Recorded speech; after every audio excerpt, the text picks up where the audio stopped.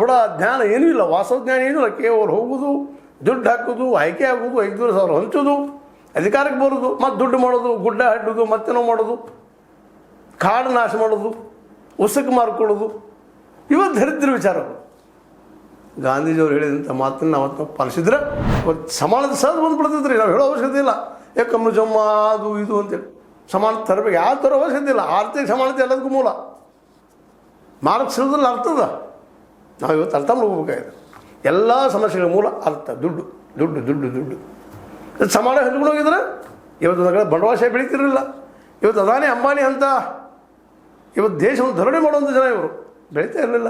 ಒಂದೇ ಕಡೆ ಇದು ನಾವೊಂದು 10 ರೂಪಾಯಿ ಕಳ್ತನ ಮಾಡಿರೋ ಸಿಕ್ಕಂಥ ಕಳ್ಳನ್ನು ಬಡಿತಾ ಇರ್ತೀವಿ. ಇವತ್ತು ಏನ್ರಿ ನೂರಾರು ಸಾವಿರಾರು ಲಕ್ಷಾವಧಿ ಕೋಟಿಗಳನ್ನು ಗಳಿಸ್ತಾ ಇದ್ದಾರೆ. ಯಾರು ದುಡ್ಡು? ಅದಕ್ಕೆ ರಾಜಕೀಯ ಶಕ್ತಿಗಳು ಅನುಕೂಲ ಮಾಡಿಕೊಡ್ತಾ ಇದೆ. ಯಾಕಂದ್ರೆ ಪೊಲಿಟಿಕಲ್ ಫಂಡ್ ಬರ್ತದೆ ಅಂತೇಳಿ ಎಲ್ಲ ಪಕ್ಷಗಳು, ನಾವು ಒಂದೇ ಪಕ್ಷ ಕಳ್ತಾ ಇಲ್ಲ. ಇವತ್ತು ಇಂಥ ಪರಿಸ್ಥಿತಿಗೆ ಇವತ್ತು ಖಾದಿ ಅಂದರೆ ಸ್ವ ಉದ್ಯೋಗ. ಅದರಿಂದಲೇ ಪ್ರತಿ ಹಳ್ಳಿಯಲ್ಲೂ ಕುಂಬಾರಿಕೆ ಎಲ್ಲ ಬೆಳೀತಿದ್ವು. ಇವತ್ತು ಹಳ್ಳಿಗಳು ಗಟ್ಟಿ ಆಗ್ತಿದ್ವು. ಈ ದೇಶದೊಳಗೆ ಅಲ್ಲೇ ಟೆಕ್ನಾಲಜಿ ಬೆಳೀತಾ ಇತ್ತು. ದುಡ್ಡು ತಿರುಗೋದ್ರಿಂದಾಗಿ ಶ್ರೀಮಂತಿಗೆ ಬರ್ತಾಯಿತ್ತು, ಒಳ್ಳೆ ಬದುಕಾಗ್ತಾಯಿತ್ತು. ಪ್ರತಿಯೊಂದು ಹಳ್ಳಿಗೂ ನೀರಾವರಿ ಆಗ್ತಾಯಿತ್ತು. ಯಾಕೆಂದರೆ ದುಡ್ಡು ಬರ್ಲಿಕ್ಕೆ ಹೂಡಾಗಿ ಬರ್ತಿದ್ದು ರೈತಗೆ. ಇವತ್ತು ರೈತ ಪ್ರತಿಯೊಂದಕ್ಕೂ ಎಲ್ಲ ಸರ್ಕಾರಕ್ಕೆ ನೋಡುವಂಥದ್ದು. ಯಾಕೆ ಮಾರ್ಕೆಟ್ ಕೈಗಿಲ್ಲ ರೈತರ ಕೈಗ? ಮತ್ತು ಯಾವ ಸರ್ಕಾರಗಳು ಯಾವ ಪಕ್ಷಗಳು ರೈತನ ಕೈಯಲ್ಲಿ ಮಾರ್ಕೆಟ್ ಕೊಡಬೇಕಂತ ಯಾರೂ ಬಯಸ್ತಾ ಇಲ್ಲ. No one. ಇವತ್ತು ರಾಹುಲ್ ಗಾಂಧಿನೂ ಬಯಸ್ತಾ ಇಲ್ಲ. ಈ ಮಾತನ್ನು ಹೇಳಬೇಕಾಗಿದೆ. ಅಡ್ಡಿಲ್ಲ, something is better than nothing ಅಂತ. ಏನೂ ಇಲ್ಲದಾಗ ಏನೋ ಒಬ್ಬ ಈ ವ್ಯಕ್ತಿ ಮಾತಾಡ್ತಾ ಇದ್ದಾನೆ ಅನ್ನೋ ಸಮಾಧಾನ.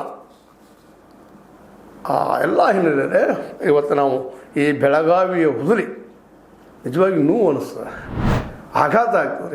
ಎಷ್ಟು ಉದ್ಯೋಗ ಸೃಷ್ಟಿ ಆಗಿತ್ತಪ್ಪ ಈ ದೇಶದಲ್ಲೇ. ನಾವು ಹೆಂಗೆ ಕಳ್ಕೊಂಡಿವಿ ಎಲ್ಲ ಇವತ್ತು ಮರುಗುದಾಗಿದೆ. ಚೈನಾ ಭಾಳ ಎಲ್ಲರೂ ಉದ್ಯೋಗ ಕೊಡ್ತೀರಿ.